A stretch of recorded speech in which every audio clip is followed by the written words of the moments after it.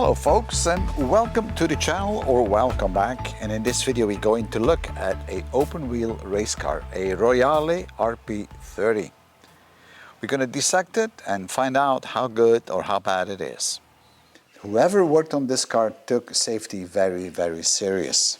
So while you're running up the engine, you also should check if the radiator is getting warm. So I can feel here the heat of the cooling liquid on both sides, so the in and out of the radiator.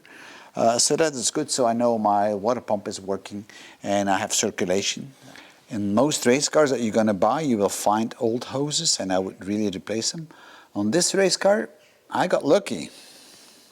Because somebody has done a very good job on it. They put up new aluminum tubes and even silicone hoses, so I'm quite happy with that.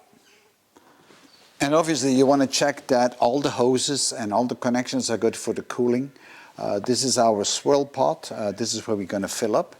You want to check the cooling liquid. I'm not going to do it right now because I just ran the engine, so it's going to be hot. I'm going to let it cool down a bit. But you want to check that the cooling liquid is clean.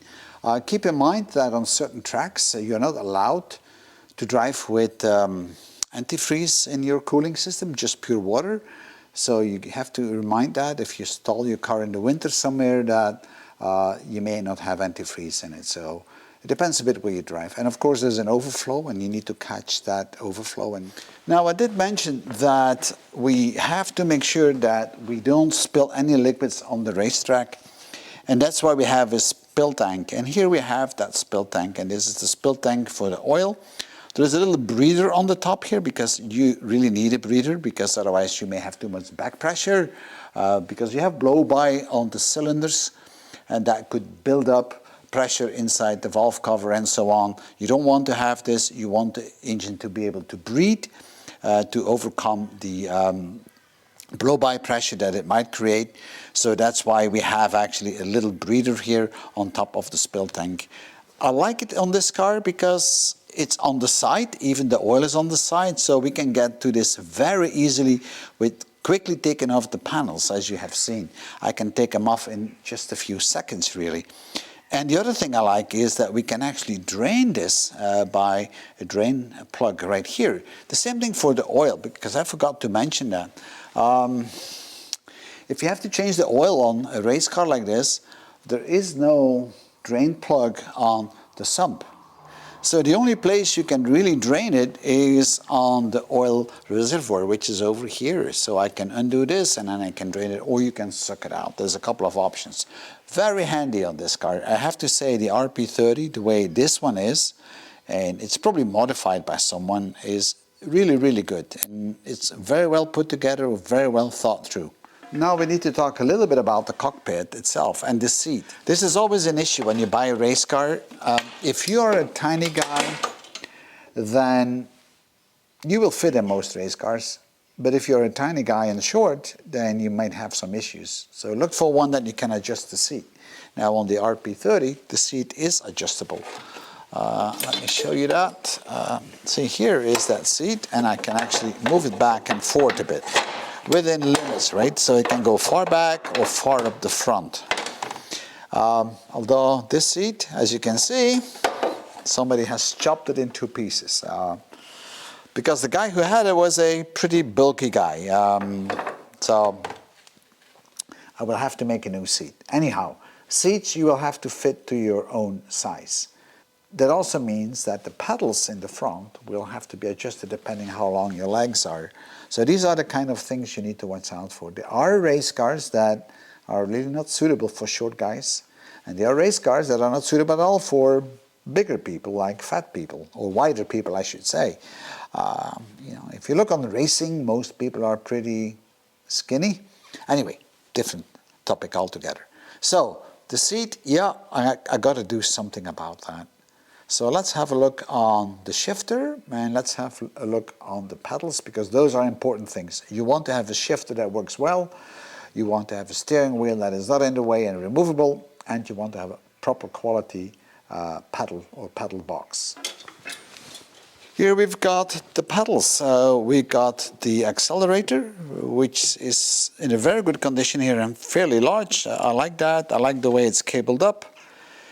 We've got our brakes, and you can see that the pedals are actually extendable. So if you're a little bit shorter, you can extend the pedal forward. If you're a bit taller, then you move it a bit backward. And in fact, you can also move the pedals themselves all the way in the back a little bit more backward. But that takes a bit more effort. And then of course the clutch, you can also adjust that one depending on your needs. Now there's not a lot of space in between here. So if you have big boots, you cannot drive with this. That's why you have race shoes to race with a race car. So that looks quite good. I know we haven't looked on the space frame yet, but here you can already see that the space frame is in a real nice condition. It's been powder coated some time ago, so the guy told me that. I've seen pictures of it, so that is good. But we come back to the space frame later. What you will see here on the bottom here, you see those two connectors, and you've seen that we have two master brake cylinders for the front and the rear, and that is because we can set the brake balance. So you want to brake probably 60% in the front of the car, 40% in the back. Now it all depends on the track you're driving on, what you want to do, but we can adjust the power on the brakes when you push it to where the power goes that we apply. Is it going more to the front master brake cylinder or to the rear master brake cylinder? And we can do this by adjusting this rod that we have there, and that is connected to something in the cockpit, and let me show you that.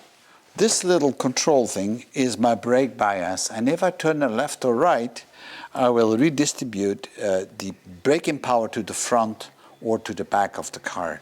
So this is very handy, and this is something you normally adjust while you are on a specific track. Let me get in the car and show you what my problem is. Now I have my boots on, so that's a bit tricky. So now I can sit in the car, but you can see that if I lean back, I have a bit of a problem decoupling. I can brake, but it's just on the edge, you know. I really need to stretch my legs and almost lean forward. No good, right? So I would have to be more like this. Now, if I was like this, that would allow me to push the pedals properly. But the problem is, I'm too deep in the car now. So I will need to come up a bit. In other words, I will have to make a seat which brings me back a bit more forward. And this is what we have to do on this race car. I will need to create a new seat. And you will have to do this for your race car as well if you buy one. You need to adjust. If you're lucky, you're the same size of the previous driver, and then you shouldn't have to do a lot. But, okay, that's not a big deal. So, let me just get out of this.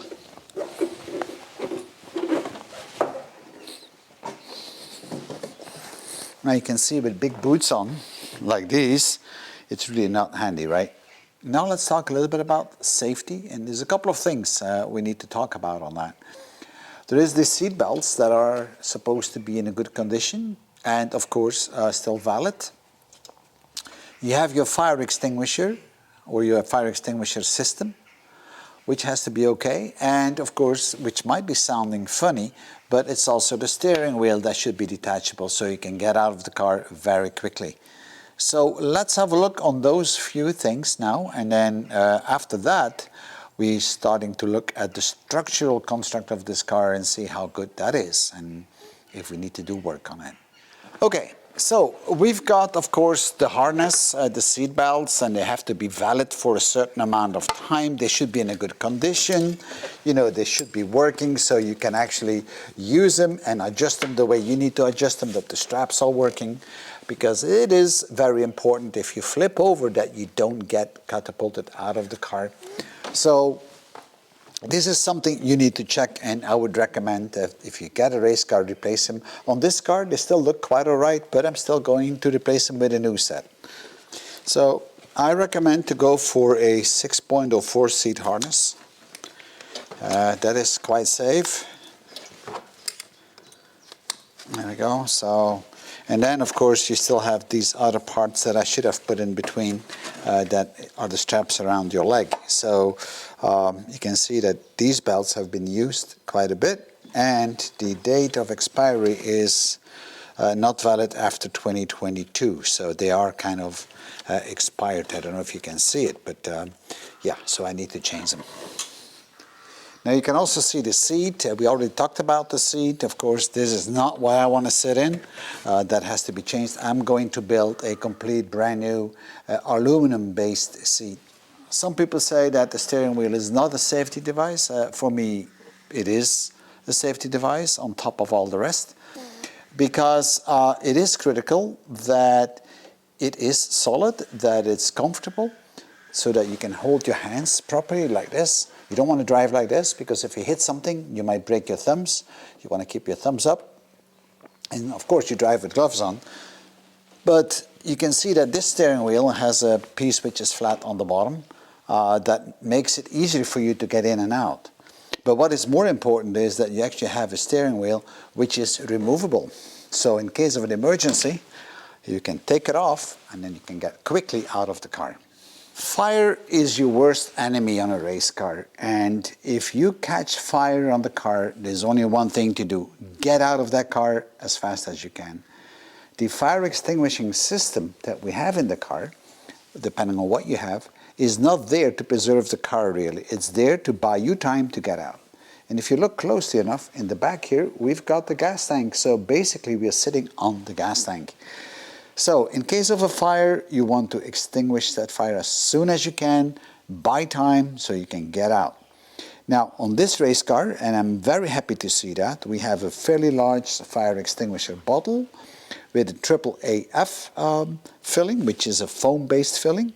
Now I know nowadays you probably should go to Novak, which is a gas-based. This is foam, but it's still good enough. It has also dates on it until it's good. And I can see it's still good until 2023, I think. What I really like is having two activation cables, so it is not a bottle you take out and aim at the fire. You're going to remove the safety pin here first before you start driving. And then if you catches fire, there's a couple of handles around that you can pull that will activate this. You see the two steel cables here. They are going to different handles, and I'll show you those in a second. But then even more important, the output of the bottle right here is going to a hose and a pipe, and that has been distributed into the cockpit, but also into the engine bay. So we're going to have foam in the cockpit and in the engine bay, because most of the fires will start in the engine bay. One of the handles for fire suppression is right here next to the shifter, so very close to my hand. I can just pull that very quickly from inside the cockpit. But you should also be able to pull it from the outside. And the other handle is all the way on the top here, so if any of the marshals or the fire guys come along, when you have catched fire, they can actually pull this handle, and it will also release the foam or the gas. So this is one of the nozzles in the engine bay. There's about 3 of them, and then there's another nozzle actually in the cockpit as well. And of course we also have the emergency shut-off switch, which is the switch we're going to use to turn off the power on the car. There's one on the outside, basically, so the marshals or whoever comes to your rescue can turn it off. And there's also another handle inside the car. There is a second handle inside the cockpit, so emergency shut-off, I can pull it and then it just disconnects the battery. As you can see, most of the safety features are already in place on this race car and are in pretty good condition, although some of the dates expired, but you need to change that. It may very well be, if you buy a race car, that none of that is in place. You may just have a handheld fire extinguisher. It all depends where you race and what your local regulations are, but I wouldn't care about the regulations. I want to be compliant with it, but I would like to exceed it. Because after all, it's your life. You're driving on a track and anything can happen, so you want the maximum amount of safety. The chassis in a race car, we call that actually a space frame, because the way it's been constructed, you got a lot of bars, metal bars going in all directions and in different angles, and that forms a very solid and rigid structure. This RP30 consists out of tubular tubes, but also square tubes. So it's a combination of both, and these things are all welded together. So you need to look for corrosion on this. If this is corroded badly, then you really should have a close look and start cleaning it all up and find the weak spots. This car has been redone in 2019, They've stripped it completely down. They have actually powder coated again. And I'm going to give you a couple of close-ups. You can actually see it. I have not cleaned up the car yet, but you know, I'm just going to wipe it off a little bit so you can see what I mean. So you can see that this space frame is really in a very good condition. Yeah, okay, the powder coating here and there has some scratches because that's quite normal if you race, but overall there is no corrosion. It looks good, it's well covered. So I know this car is having a proper space frame. However, you still want to look for damage, right? And you still want to look for fatigue. And I'm just picking out one spot, but you know, if you're going to weld things together, the weld is always going to be very strong. And the weak point is always just after the weld. This is where you typically see cracks. This is where things break. So look on all the welds on your car and see if you have cracks, because they will show up in that area. Now, I already did this on this car and I have none. That was also to be expected because the car only raced 3 races after it was rebuilt. And you also want to look for structural damage that has happened in the past, because the car might have crashed before and it may have been badly repaired. So look for any weird bends or dents in all these different tubes. If you see those, then it might mean the car have crashed before. And check that they are straight. You will see it very quickly if something is wrong with this. On this car, yeah, I haven't seen anything on it so far. So that looks quite good, although I wouldn't be surprised if it had been in a crash once before. But it was probably repaired very well, so I can't spot it, and that's okay. At the different places of the space frame, you will see that you will have paneling with aluminum in different places, and you want to make sure that all these rivets are in a good condition and that the panel is in a good condition. Especially on the underneath of the car, because sometimes they may have scraped the concrete or the tarmac quite a few times, and then you could have very thin tubing and very thin paneling underneath the car. So you can see the paneling at the inside of the car, and that looks quite good and new. So I know they've done some new paneling. Now let's look on the suspension. And in the front we have a double wishbone. We have a wishbone on the bottom, we've got a wishbone on the top. And look for all the welding and all the conditions on that.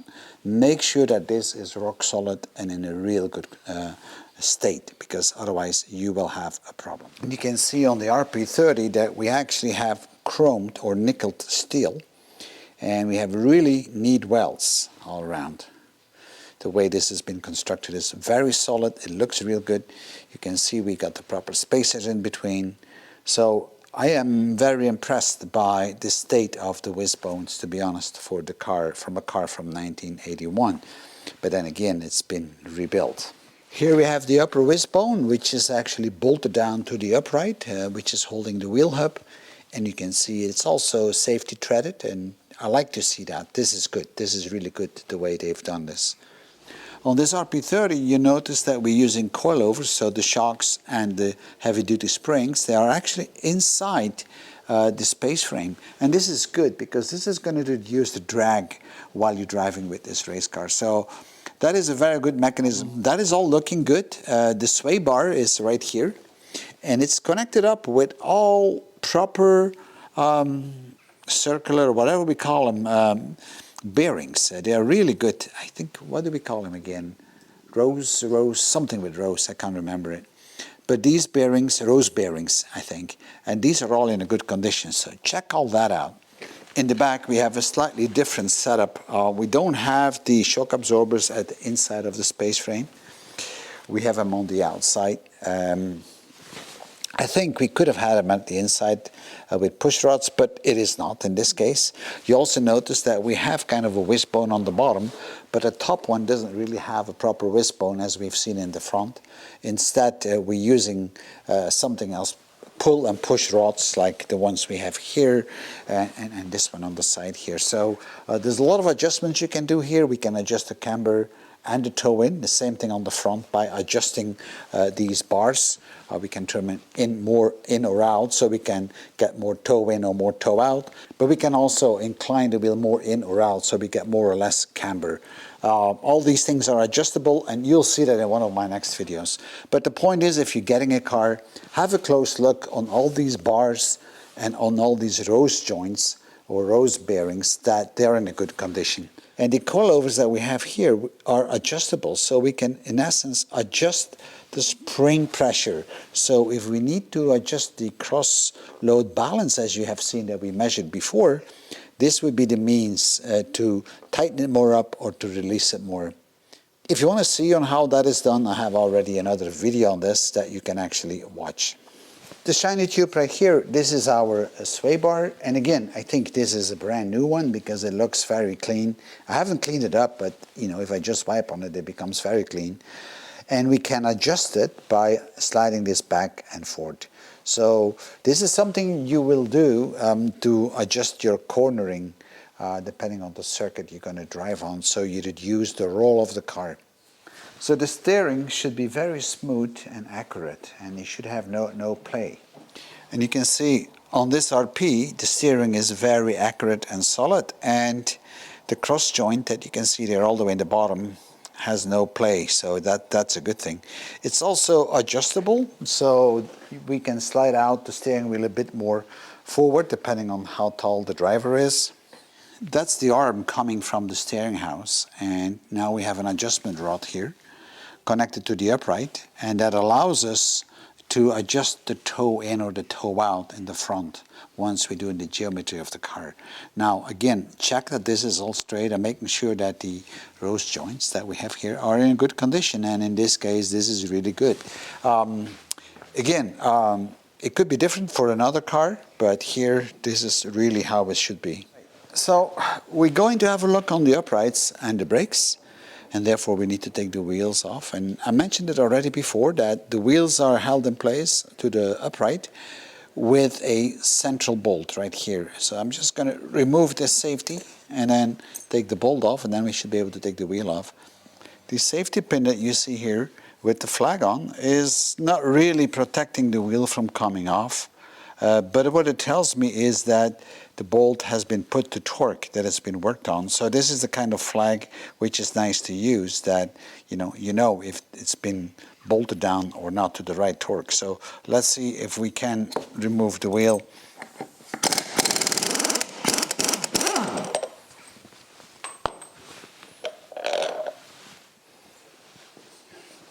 So what we got here is a traditional Lockheed caliper. It's a single piston caliper, and we have red pads inside, which is racing pads, and look on how thick they are. There's still a lot of compound on it, so there's no need to change anything on this. This has been done very recently. The disc itself is slightly grooved, but it doesn't show any heat signs or cracks or serious damage, and it's also very smooth, and there's little wear and tear on it, so here we are in a good condition. Again, if you're checking a race car for yourself, then make sure that the discs is having the right thickness, no deep scratches on it, that wear and tear is equal, you got the right brake pads, and obviously that you have no leaks on your brake calipers. In the back, things are slightly different. The brake discs and the calipers, they are mounted very close towards the differential housing, actually onto the differential housing. And that is also good because this is bringing the weight of the car always to the center, and this is what we wanted to achieve. The only thing I don't like about this is that it's going to put more stress on your CV joints and on your drive shafts when you brake. But then again, these CV joints and drive shafts, they are pretty solid. Now here we have the steering rod going to the upright, and you can see the bolts here. These bolts, I would probably put them the other way around, because if they get loose, they will fall out. If you turn them upside down, then they will stay in the upright. So there's always small areas for improvement, and that's the kind of fun on race cars, you can do all this. This is our upright in the front, and this is made out of steel. other uprights are made out of die cast, and there's different schools of thought on this. Some people believe or claim that steel is better. It's heavier, of course, which is negative for the weight of the car. But if you hit something, steel is going to bend. It's not going to break like die cast. So yeah, it's a give and take always. But I noticed that these are actually steel. And you can also see here the brake caliper, and also again how it's threaded for security and safety. I like that. I mean, it's all over the car like this. This is good.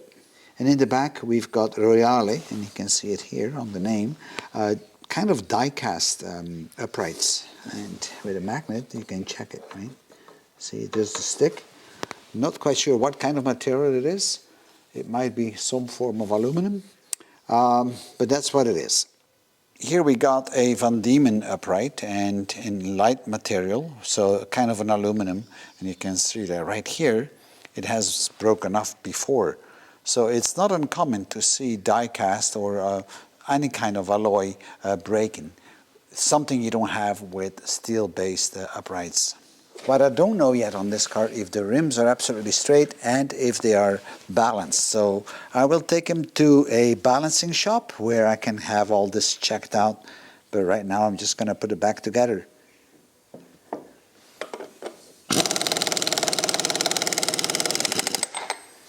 So the last thing we need to look on is the gearbox and the differential. So the gearbox is a standard MK8, MK9 Hewland gearbox. It's a dog box, 4 gears forward, 1 gear reverse, and you can see it right here. And I have a separate video on the dog gearboxes from Hewland. If you want to change the gearing inside, then you can have a look on how all that is done. So nothing else is special on this gearbox. Of course, I have tested it and making sure it shifts properly, and it does. So if you buy in a race car, always check your gearbox, making sure that it doesn't leak, that there are no cracks and anything like that. And I have gone through this complete gearbox already, and I haven't seen any cracks so far. The differential housing is nothing more than a Volkswagen Beetle housing, which is modified. And this is a spare casing of one of those, and you will see that the clutch mechanism here with the lever is the same as on the RP30, and there's nothing more to it than that. So this is the kind of gearbox housing, or differential housing I should say, because the gearbox fits right here, which is used on the RP30, but actually on most other race cars this is the same kind of a setup. And check that nothing is broken or cracked. As you have seen, there's very little work to be done on this RP30. Of course, we need to change the battery. We will change also the cooling liquid, the braking fluid, the clutch fluid, and we're also going to change the oil, of course. So these are the kind of things you normally do. I will put up new spark plugs, that kind of stuff.